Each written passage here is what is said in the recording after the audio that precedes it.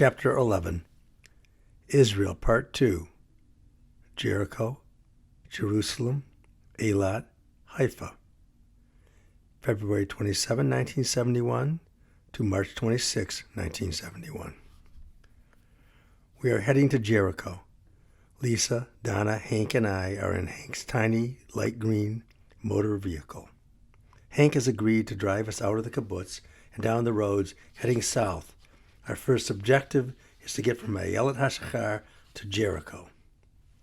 We wave goodbye to many of our kibbutz brethren as we set off down the road towards Arabian territory. I wave out of the passenger window to my fast friend from last night, Trudy. Her smile beams at me as she waves and blows me a kiss. The heightened sense of adventure is on as we hit the road. We pass through the landscapes of the hills and valleys of the Bible. Over and over we spot vistas and the rainbow colors of the Holy Land's craggy mountains and valleys, which in nature frame the historic and religious events that happened here, drawing gasps, oohs, and ahs from all of us in the car like an echo chamber. We briefly stop at a small town in the West Bank, Jenin. Nice Arab hospitality. Then we pass through a refugee village. Hank comes to a multi-lane road, but there are warning signs everywhere that the road is closed to civilians. Hank squeezes his little car through the barricade, and we continue on anyway. We drive through huge barren hills, rocks, and desert, a literal no man's land. Finally, we arrive at an abandoned village outside Jericho. It is a huge ghost town of mud huts. Hank parks the car. The four of us get out of the car and start exploring the area, each of us roaming off in a separate direction.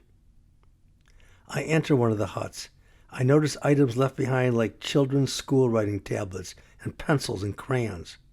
The Palestinian inhabitants must have departed under urgent circumstances. I continue walking amongst the desolate ghost village. Why can't people of all persuasions, colors, and creeds just get along? I meet up with Donna, Lisa, and Hank at the car. We are all stone-faced, speechless. The shock and the awe is palpable. We can all sense the utter sadness that has gripped this place, ripping away all signs of life. Time to move on. I'm going to drive you guys out to a nice desert spot just outside Jericho, says Hank. We can sleep out in the desert. We'll love it. You're going to stay with us? Inquires Donna, sitting up front with Hank. Oh, yes. I can take a couple of days before I have to get back to the kibbutz, says Hank. Yeah, Hank only agreed to get us going about this far, so that would be cool if you stayed on for a while, I say from the back seat. I brought my sleeping bag so I can sleep with you, says Hank. Yours is just thin nylon. Mine is a thick down mummy bag, like the girls here have. It gets very cold in the desert at night. You are not going to do very well out here in that, brother. If you want, I can leave you my bag and take yours back with me when I head back to the kibbutz. Thanks, man. Much appreciated. In the meantime, I'll just be a little cold. The spot I'm going to is just up ahead, says Hank. He pulls off the road just outside of Jericho, driving us deeper into the desert. Then he stops and we get out and unload our gear. I am out in the desert with Hank, Lisa, and Donna. Each of us are soon snuggled into our own sleeping bags. Out in the barren desert landscape, the night sky is crystal clear with a field of stars shining bright. I've heard it said that Jericho is believed to be one of the oldest continuously inhabited cities of the world. Jericho is ancient to the ancients. It is well known to the Judeo-Christian traditions as the place of the Israelites' return from bondage by the Pharaoh Ramses in Egypt, led by Joshua, the successor to Moses. Joshua led the battle for Jericho and knocked down the walls. We wake up in the chilly morning on the desert plateau at daybreak. We are within a short distance of Jericho. We are in the West Bank of the Palestinian territories, less than a kilometer from the Jordan River. We roll up our sleeping bags and head into Jericho for some breakfast. Hank parks and we walk through the palm tree-laden town from the desert, arriving in an oasis. Springs of flowing water and greenery are everywhere, in such contrast to the dry sand landscape. The people in town, the local natives, welcome us with open arms, tea, dinner, and tokes on a hubbly-bubbly. The smoking apparatus is a huge water pipe with long, flexible tubes that extends outward for smoking, usually tobacco, and sometimes hashish. We spend the day roaming the streets in spaced-out wonder. The Arab hospitality is great, again and again. Each time we stop to eat and drink, we are treated like royalty. More food, more drinks, and more hubbly-bubbly. What a day. By nightfall, the four of us head back out to the edge of the city into the barren desert landscape to sleep. We quickly curl up in our sleeping bags and fall fast asleep. In the morning, we wake up in our spot in the desert. "Let's go to Jerusalem and the Dead Sea," Hank shouts. "I'm ready for another road trip," I agree. "Wake up, girls. Time to go." So we head down the road. "Let's go to the Dead Sea and float around," says Hank. "It's wild, man. Have you ever done it before?" "This will be my first time. First time for everything," I say. New experiences to look forward to each day.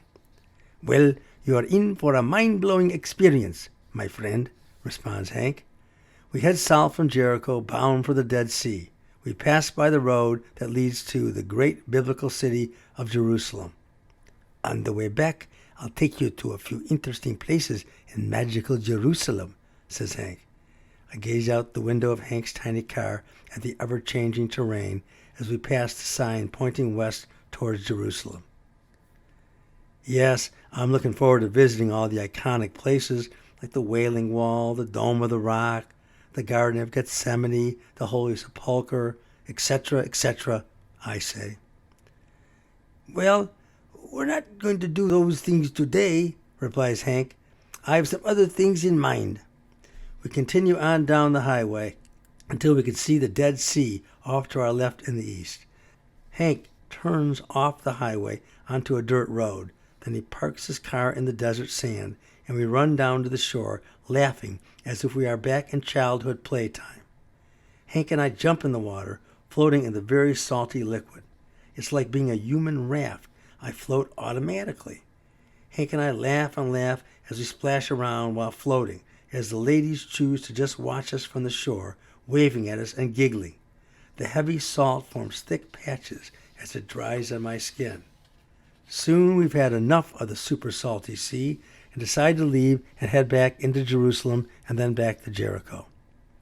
We have gallon water jugs in the car that we brought with us. I pour a gallon over Hank while he rinses off, then he does the same for me.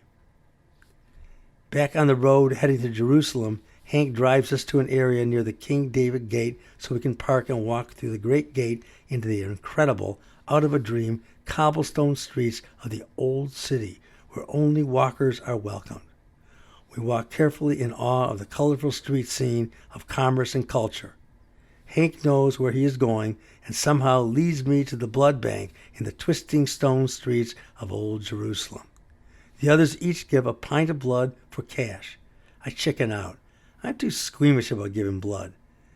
I'm not that hard up yet, but evidently Hank and the ladies are. After we leave the blood bank, Hank takes us to the famous Uncle Mustache's restaurant, where we enjoy a delicious chicken kebab meal. Upon finishing our dinner, we go on a long stroll through the narrow, winding, vibrant streets of the old city of Jerusalem. All of a sudden, the streets become very congested and bottlenecked as we move amongst the market vendors, animals, and crowds of people, wagons, push carts. We finally make it back to King David's Gate, exiting the old city where Hank parked the car. We drive out of Jerusalem back to our safe spot outside Jericho. Hank heads back to the kibbutz so we can work the next morning, leaving me with the ladies in his warm mummy bag, in temporary exchange for my crummy nylon bag with him. I spend another night under the stars out in the desert with Lisa and Donna, each of us curled up warm in our sleeping bags. Lisa and I wake up before dawn while Donna sleeps in. I build a small bush fire with some twigs. The both of us gather little scraps here and there in our vicinity until we have enough to keep a steady fire burning. Lisa gets a mini pot out of her backpack and adds some water to start boiling some hot tea for us. The stars still twinkle in the sky as we look eastward to the rising of the sun. Lisa and I are really hitting it off. We share a bowl of hash to greet the morning with our tea. I must be hypnotized by the setting and her soothing presence as I rap on and on about my life, my hopes and dreams, my struggles within myself and my self-doubts. Lisa listens to me with interest. I think you're too hard on yourself. I've seen you get along with all kinds of people. Everyone I know that knows you enjoys spending time with you, she says. So you make friends easily. You get along with all types of people. You laugh often and hearty. I just don't understand what your problem is. It's just these mood swings and thoughts going on in my head, you know. No, I don't know. Mainly my problems are in approaching women. I want to be more confident, assertive, and sure of myself. But when it comes down to it, I have self-doubt, lack confidence, and become timid, I say. Or either I become too bold and say the wrong things. Lisa and I are sitting in the sand next to each other in front of our little campfire. Donna is still asleep as night transforms into day. Lisa puts her arms around my neck and we kiss, slowly, passionately, then with more intensity as we roll around in the sand, lip-locked, tongue to tongue, holding on tight, rubbing up against each other's body. Donna squirms around in her sleeping bag, waking up to notice our entanglement. We part from each other and act as we've just been visiting. Good morning, Donna, Lisa and I say in unison. Well, good morning back to both of you, says Donna with a wink and a smile. We break camp. Lisa, Donna, and I head back to Jericho with our backpacks on our backs. We get to the main road and hitch a short ride into town. We decide to rent bicycles for the day. We leave our belongings with the fellow who rents us the bikes. Then we head out on a tour of Jericho on our bikes. What a place, an oasis of garden green. The abundance of fruits is enormous. The tropical trees all around this low land are lush green against the brown earth. Water runs through this area everywhere. We pedal around through many of the antiquities in Jericho. We finally arrive at the walls of Jericho and the palace of Hirsham.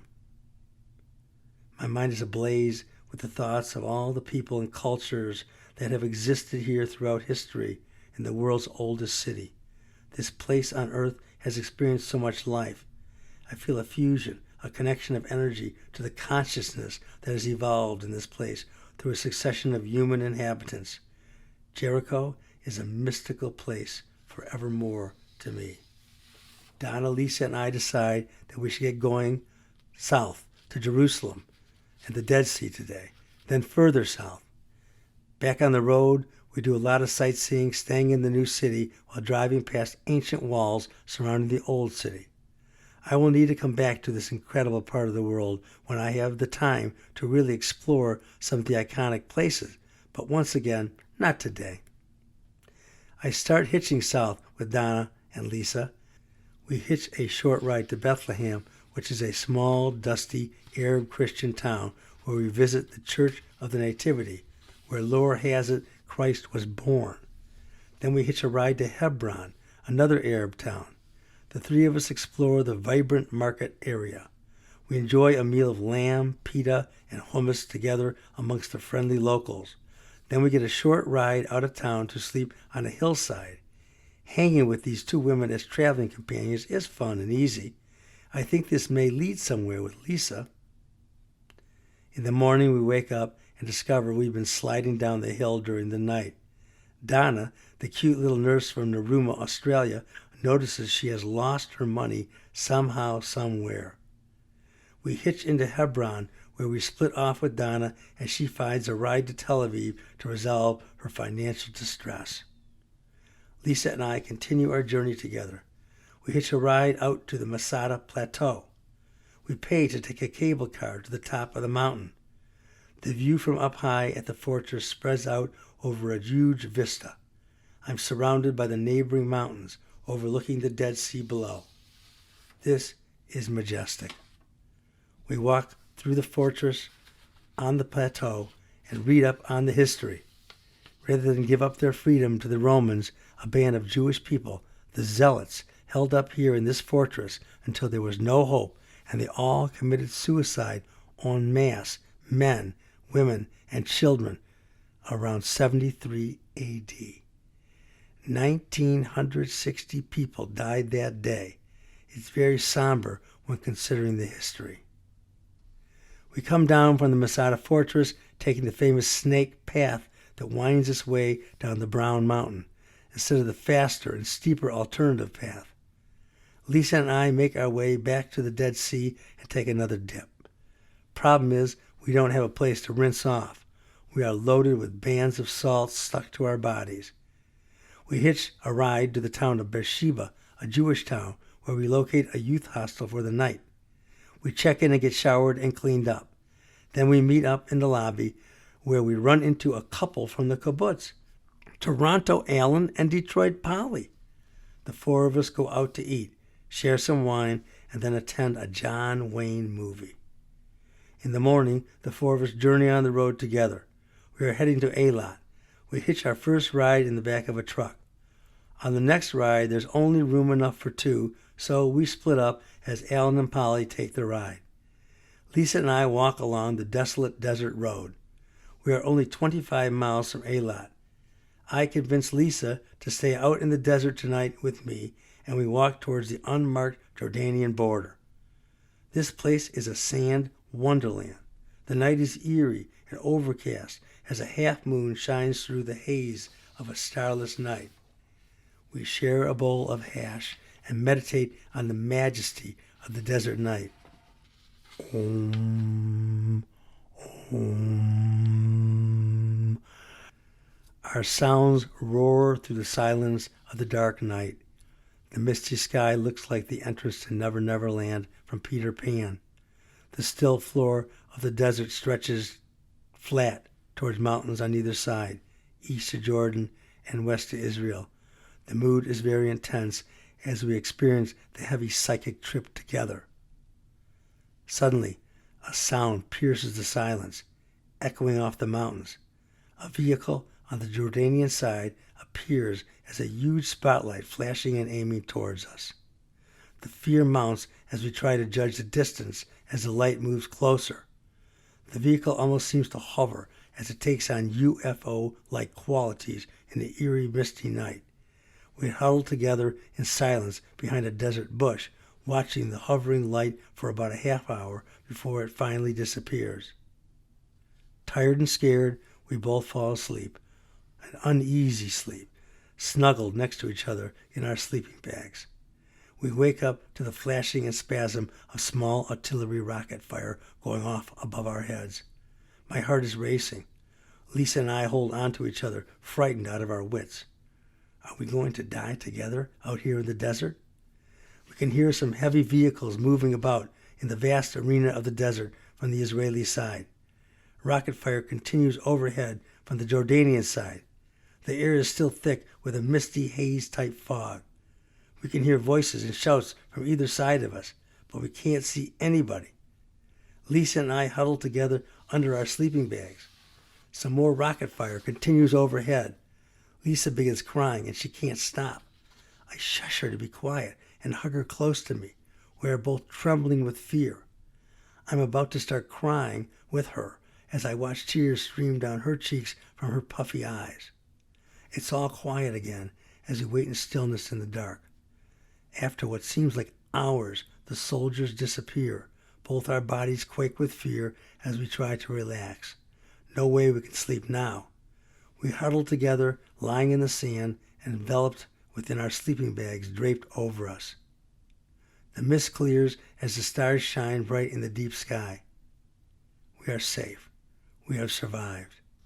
In the morning, we wake up under our makeshift sleeping bag canopy, leaning against each other, shoulder to shoulder, head to head. We finally dozed off for a while in the late night. Now the sunrise is about to peek over the Jordanian mountain range. I yawn. It's great to be alive. We share a grapefruit and then pack up and head out to the road from the desert, watching for more rockets that never appear. Look at that, says Lisa, pointing. A tent and guard tower out here in the desert. How did we miss that last night? I say. We never would have gone out here if we'd seen that, replies Lisa. We're lucky we didn't get killed. It's because of that damn misty haze last night. As we continue walking, we discover a dirt road that the Israeli military uses for surveillance of guerrilla activity.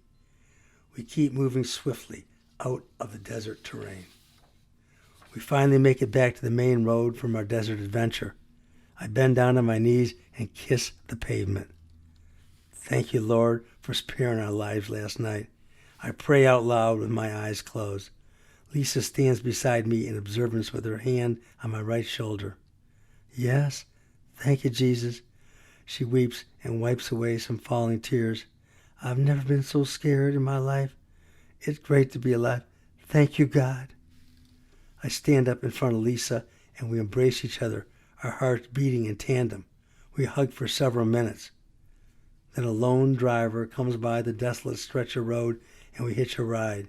The driver takes us the remaining 25 kilometers into Eilat. We are now in the southernmost part of Israel at the northern end of the Sinai Peninsula that Israel occupied in one of the wars with Egypt on the shores of the Red Sea. We reunite with Alan and Polly from the kibbutz at the local youth hostel. The four of us explore the territory, walking down the shoreline of the almost navy blue Gulf. We take a swim, jump in, and splash around, then continue walking down the shoreline. While this is ocean water and somewhat salty, it is mild compared to the Dead Sea, so no big deal. We spend the whole day frolicking on the beach. Eventually, our little gang of four settle down on a comfortable spot on the shoreline. We gather scraps of wood we can find on the beach and build a little campfire. Alan opens up a can of beans and sets it on the fire to heat up. We share the meal, passing around the container of food. I play in the water some more, and soon it is dark and the moon is aglow. Suddenly, the Israeli army appears, jeeps, searching lights, and a procession of soldiers.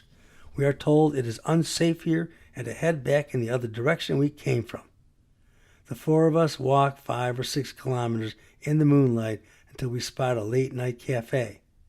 After dinner and a few drinks, the four of us head down to the beach and sleep on the rocky shoreline. In the morning, we wake up and walk into the town of Eilat, where we locate the Red Sea Fish Cafe. We spend another day at the beach together. Alan and Polly are fun. Lisa and I have something going on.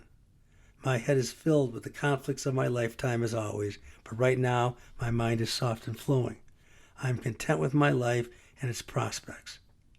Now, if the world can only make it. Our little spot on the Red Sea is about 2.5 kilometers south of the actual town of Eilat. We buy some wine and spend another night together out on the beach. In the morning, Polly and Alan go into town. Lisa and I hitch a ride 17 kilometers down from Eilat to the fjord, an inlet of bright blue water surrounded by barren, brown, rocky mountains. Lisa and I have a tremendous chemistry going. This place is so romantic. The water is calm, exuding 6 shades of blue, pure natural beauty. We lay in a little sandy inlet cove in the fjord. Just us, all alone. This is postcard perfect. Lisa pulls out some fruit, crackers, and wine from her backpack. We celebrate the night as the moon peeks in on us. Lisa takes all her clothes off, bare naked. She walks around posing in the nude for me. My eyes follow her every move. I follow suit and strip down naked too, but we don't go at it. We continue talking and laughing, drinking, eating, and sharing stories about ourselves to each other, all the while naked on the beach. It feels so natural. We move over to a hollowed-out cave at the base of the cliff. We crawl naked into her sleeping bag. I kiss and caress and feel her all over, up and down, everywhere, and she responds in kind. Then she stops everything and pushes me away. Let's discuss the possibility of sex between us. What do you mean, possibility? It's beyond that, my girlfriend. She rubs her teasing, naked self all over me in the tight confines of our shared sleeping bag. Let's just do it, I say. Do you think it's bizarre to talk about sex before we have sex? Are you trying to do a psychological profile on me or something? She laughs. Just trying to prolong the moment as long as I can. Then we roll around under the cover of the sleeping bag, moans and groans, but nary another word. We make love at the fjord, under the moonlight, beside the inlet to the Red Sea, opening up the sleeping bag to go au naturel under the moon and stars. We groove to the magical intensity, the growing chemistry we've created. After much orgasmic relief, we fall asleep in each other's arms. I've been in Eilat for over a week and a half now. I need to start thinking about heading north. I've had a good time with Lisa, but it may end soon. She is a wonderful lady, and the conversations with her have been great, and the sex is very good. But I'm not in love, and I'm not looking for love, and I need to get moving. I desire to be alone. Lisa influences me too much, simply because we can't be together without endlessly talking. I need a clear head, a clear mind, a clean slate to think as I continue my wandering journey. I'm reading Notes from the Underground by Dostoevsky. It's very heavy, just because it embodies so much of my own thoughts and pressures, all this existential bullshit. I need to maintain a fresh perspective on life. Some of this old literature can be a downer with some of the stream of thought it sparks. Literature can also be very inspirational. I need to read things that inspire me. I find myself yearning for home. Oh, my sentimental soul. I long for the people and the places of home. I am filled with conflicts. I will resolve to take it one day at a time. It's getting to be mid-March, and I have to be moving on. Lisa decides she would like to travel north with me. We pack up with the intent to leave Eilat, but then we meet up with a new guy, Gary from Australia. Yo, mates, you've got to see the Wadi before you leave, says Gary. You can spend a day or a night at two at my guess. Groovy place, man. Groovy people. What's a wadi? I inquire. Wadi is an Arabic word that basically means a dried up riverbed. What do you think, Lisa? Do you want to go? Sure she does, urges Gary. Yeah, okay, let's do it, says Lisa. I'm packed and ready to roll. We journey along with Gary, who leads us to his place at the Wadi, several kilometers out of Eilat. When we arrive, I'm enthralled by the shanty village of travelers and hippie freaks. Gary takes us into a hollowed-out cave-like structure underground. He has his own shanty setup, a comfortable little camp. The cave runs the length of the former riverside as far as I can see. Shanties, tents, and campsites are filled with freaks like me. Good people, fun times, great hash. This is a groovy place. Hey, mates, I'm leaving to continue on my travels tomorrow. I bequeath my shanty to you, says Gary to Lisa and me. Sleep in it tonight, stay an extra day, then give it to someone else in need when you leave. Sounds great, thank you, I say as we shake hands. We spend the night in the shanty, sleeping on the floor. In the morning, Gary has already departed. We decide to stay another day at the Wadi. I start a small campfire and boil some water in a teapot that goes with the place. Lisa is still in the cave-like underground structure, sleeping. A long-haired hippie freak, one of the few rustling about, comes over to my camp. Hey, how are ya? I'm Steve Mahoney from England. We shake hands. I'm Steve, too, but people call me Woodstock. Wow, you were one of the 500,000 there? I've met quite a few travelers who attended Woodstock in 1969. It was a fabulous event, man. People, peace, love, music, brotherhood. I was only there for 2 days. I had too much by the start of the third day. We had to leave. It was just too damn much, I say. Well, since we're both Steve, we'll stick to the Woodstock for you then. Would you like some tea? Sure. I pour us each a cup of boiling water over a steeping tea bag. I'm having a party tonight at my shack. You are invited. How far down are you? I think I'm the 25th or 21st shanty from here. I can't miss it. I have an extra long shanty. Mine is 3 times the size of yours. We can party in there, not just sleep. Okay, I'll be by before dusk. I'll have a hot fire, some food cooking, and a bunch of crazy people.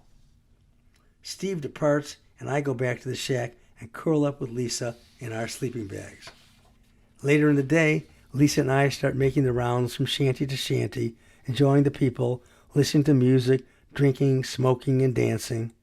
Then we arrive at Steve Mahoney's shanty in the cave. A few dozen people surround his site. Everyone is enjoying something to drink and the general merriment going around. I start playing my flute. The people dig it. What an inspirational setting I'm in. I introduce Lisa to Steve, and the 3 of us get very stoned on hash inside his shanty. We are flying high. Let's hit the road to Jerusalem in the morning, says Steve.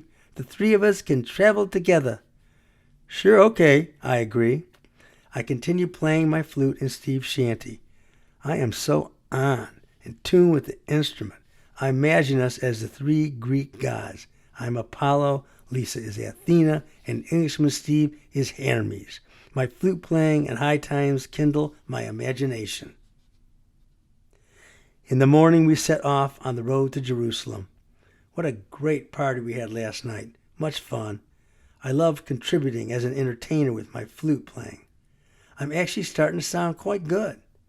We hitch a ride to Beersheba in the back of an Israeli army truck for about 3 hours in the desert and mountainscape scenery. Our band of 3 discovers the road to Jerusalem is blocked by the Israeli military. So we walk back to Beersheba and hitch a ride from town on the longer route to Jerusalem. Daylight leaves us as we find ourselves hitching rides. In the nighttime, we finally arrive in Jerusalem near midnight and find the Cairo Hotel just outside the King David Gate to the Old City. We get 1 room and the 3 of us crash for the evening, energy spent. Next morning, we meet a guy named Mike Townsend from South Africa. Mike shares some of his far-out hash with us to greet the new day. The 4 of us are tripping in no time. Soon we are on a walk heading to the Garden of the Tomb. We are on a mission. Mike knows the direction and leads the way. We follow him on a sidewalk along the broad street just outside the ancient city walls of the Old City. Do you know Jesus? Are you saved? We are met by a cabal of Jesus freaks and evangelicals at the entrance to the tomb. Do you know Jesus, my brother? Says one of the men to me. I remain silent, perhaps overwhelmed. A husband and wife stand in front of me and start praying for me. I look around and discover my group has already made it through the small crowd and entered the tomb. I hurry to catch up. Inside the tomb, I meet up with the others and we are captivated, literally mesmerized by this evangelical guy wearing a plain white gown. The man seems transcendent, his crystal blue eyes piercing yet soft. They could be the eyes of the Lord Jesus Christ. Do you know Jesus, my friends? He is here for you. He died for you. Are you saved? All of us look at the man spellbound as he hands each of us a small religious pamphlet. We stand in spiritual contemplation in the stone chamber for a time. Then we stagger out of the tomb into the main garden. I am thankful with much gratitude for my human life. I'm inspired to achieve a great unknown purpose in this life. I will discover my destiny and make it my fate. Back at the Cairo Hotel, Mike gives me his copy of the Bhagavad Gita, a Hindu holy book. I'm speechless. What a great gift from a very kind man. It is his departing gift to me as he leaves the hotel this morning. Steve, Lisa, and I go for another journey into the heart of Jerusalem. This time, we march to the Wailing Wall. Our walk into the Old City we stop at a bakery. It's literally built into the wall of the old city just inside the King David gate. The neighborhood kids bring the family bread prepared by their mothers to be baked here. The kids form a winding line that extends out the entrance door. We get in a different line for customers, much shorter. I get out my flute and start playing while we wait. What great acoustics in here. My musical notes vibrate off the stone walls. I finish a song and the people clap and smile. Everyone enjoys my flute playing. What a head trip. We each purchase a mini pizza for 1 Israeli lira, about 28 cents. Wonderful food, awesome environment, great people. The three of us, Steve Mahoney, Lisa Connors, and I, saunter to the Wailing Wall. The tallis and tefillin, the shawl and leather prayer box of the Jews, is offered up by folks at the wall. The Orthodox Hebrews are in observance everywhere at the Wailing Wall. Rabbis, gray, bearded old men and women in black shawls scream, cry, wail, pray, and preach at this great historical site that is the remnant of the Second Temple of the Hebrews. I put my hand on a stone in the wall, close my eyes, and pray. I pray for world peace, for love, and the brotherhood and sisterhood of all mankind. As we are exiting the Wailing Wall site, we come across this exuberant, extroverted nun. It's evident that she is filled with much happiness, cheerfulness, and love, quite the extreme from the somberness at the wall. Love is everywhere, my friends. I am love. You are love. Dissolve all hate and negativity in your heart. Give your heart to Jesus Christ, and you will see a transformation of your soul, the nun pleads. She comes up to us and hugs Lisa. Then the love nun hugs me. I feel a spark of her energy. Then she hugs Steve. Here, this is for you, she says. I reach out to receive a copy of the Old Testament and a copy of the New Testament. I've been looking for these and asking around, I say. I know you have, smiles the love nun. Now go forth and learn to become a vessel of love. God gave you the gift of life. You pay back that gift by becoming love. The love nun then leaves us to go over to another group of people. The three of us stand here, speechless, wearing big smiles on our faces. The love nun leaves a lasting impression on each of our souls. Humankind is closely knit into the fabric of nature and the life of the planet. To be misunderstood and misinterpreted has been a barrier amongst peoples and cultures from time immemorial. What is the common thread of harmony that unites all peoples and sustains the peaceful goodwill? Self-generated destiny is essential to my ongoing growth, progress, and development. I am the center of my own universe. My job in life is to evolve me. The play of destiny connects me to the cosmic source. I am in harmony therewith. Today, we are going on a tour with Stan Tanner from Winnipeg. Stan is a teacher and a historian. He is writing a book on the history of Palestine. Stan is staying at the same hotel as we are. I signed up Lisa and me for the tour and promoted it to others we know. On the tour, we see several magnificent churches and historical places.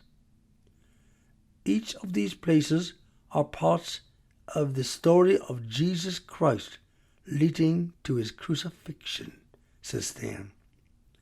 During our all-day tour with Stan, we go up to Mount Zion, then back to the Wailing Wall, then into a fantastic tunnel that has been excavated under the wall. We walk up to Gethsemane on the Mount of Olives.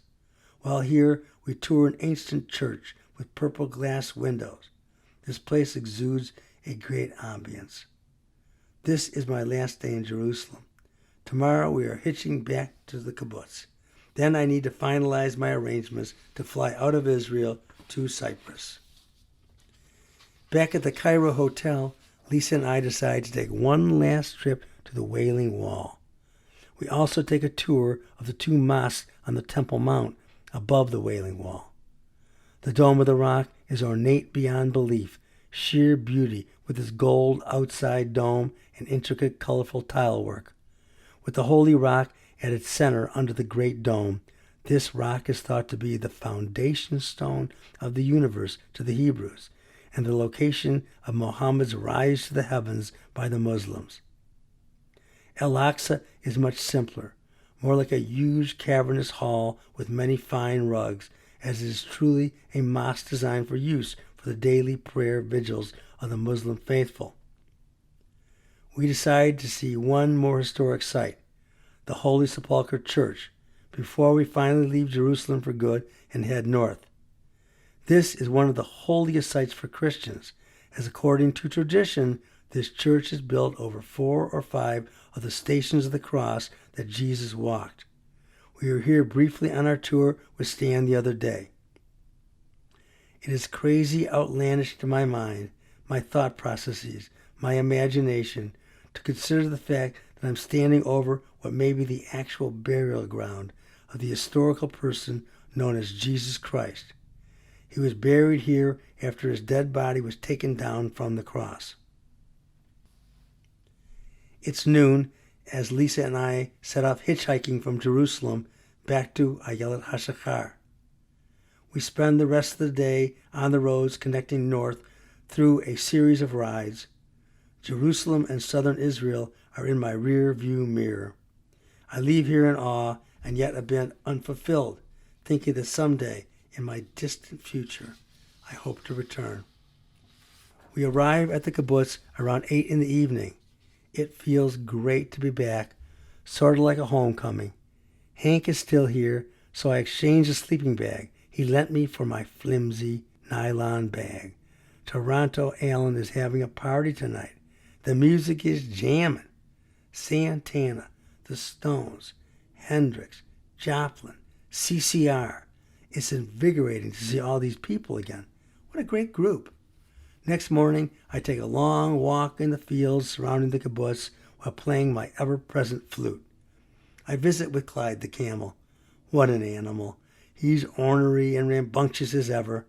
I play my flute for him and he spits at me. But I've learned from past experiences to stay just beyond his reach. Lisa and I hitch a ride from the kibbutz to Haifa on the coast. The countryside is breathtaking. We get to the port town and see all the numerous workers. These are people of commerce and the sea. Our intention is to book a boat crossing. No such luck. We discover we would have to wait a few days for the next scheduled boat trip to Cyprus. That's not good enough for us. We want to get out of Israel and get moving to the next destination. We decide to purchase plane reservations instead. Our flight leaves tomorrow morning.